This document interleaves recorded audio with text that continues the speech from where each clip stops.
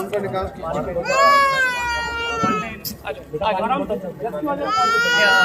कहाँ है दो? कोई बात नहीं, रोना नहीं है, रोना नहीं है। वो देखो, वो देखो, उसको प्यास लगी हुई है। जूस है तो जूस दे। जी मैडम, जूस है तो दे। ये फैमिली के लिए जूस है ना मंगवाए। इधर लाओ, इधर। ये खाना भी ले, ये खाना